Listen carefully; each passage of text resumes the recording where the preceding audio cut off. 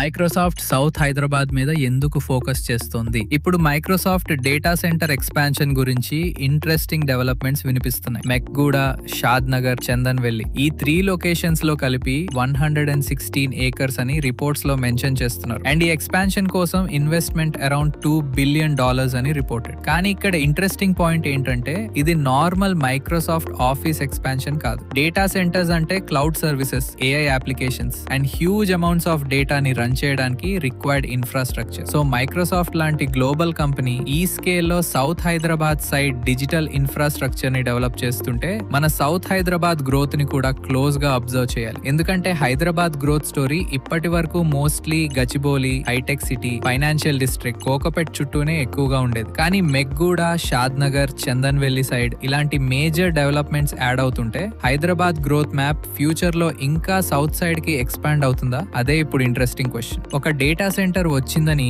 Immediate గా property prices పెరిగిపోతాయని చెప్పలేం. కానీ large infrastructure, connectivity and economic activity gradual గా డెవలప్ అయ్యే ఏరియాస్ ని ఎర్లీగా ఐడెంటిఫై చేయడం రియల్ ఎస్టేట్ లో ఇంపార్టెంట్. అందుకే సౌత్ హైదరాబాద్ ని ఇప్పటి నుంచే వాచ్ చేయడం worth it. Follow asset hub south Hyderabad for more Hyderabad real estate updates.